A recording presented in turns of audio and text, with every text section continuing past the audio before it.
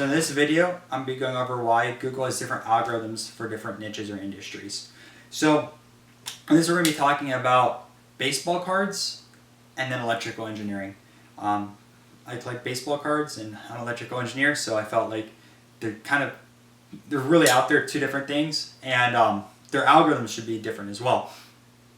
So everyone knows Google has like a sort of a main algorithm that websites are based around, how to rank them, but they have smaller algorithms based off the different industries. So the ranking algorithm for baseball cards is going to be completely different than the ranking algorithm for electrical engineering, and let's say like tutoring and stuff like that.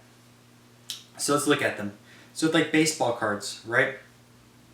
The main primary focus on a website with that is going to be just doing like reviews or videos and stuff like that based around it. So it's going to be really content heavy. If there's something ranking first or second that might have some wrong information, no one's going to cry out to Google and say, hey, this is wrong, you need to remove this website immediately. There's going to be no media backstorm or anything like that. Now on the other hand, with electrical engineering, let's say someone has a tutorial on how to solve circuits, and they don't know their circuit laws, and the article is horrible. Electrical engineers or college students studying electrical engineering are going to go in there, look at that article, and they're going to get the wrong information, and there's going to be an outcry over it, and they're going to say, hey, Google has ranking bad content in the education industry. So with that in mind, Google has to build out different algorithms for the education niche, at least with like electrical engineering, and baseball card niche, or collectibles in general. So with the collectibles, right, Google might focus more heavily on the content, making sure, okay, this post has X amount of words, has images, videos, really high quality, different sections based off of it.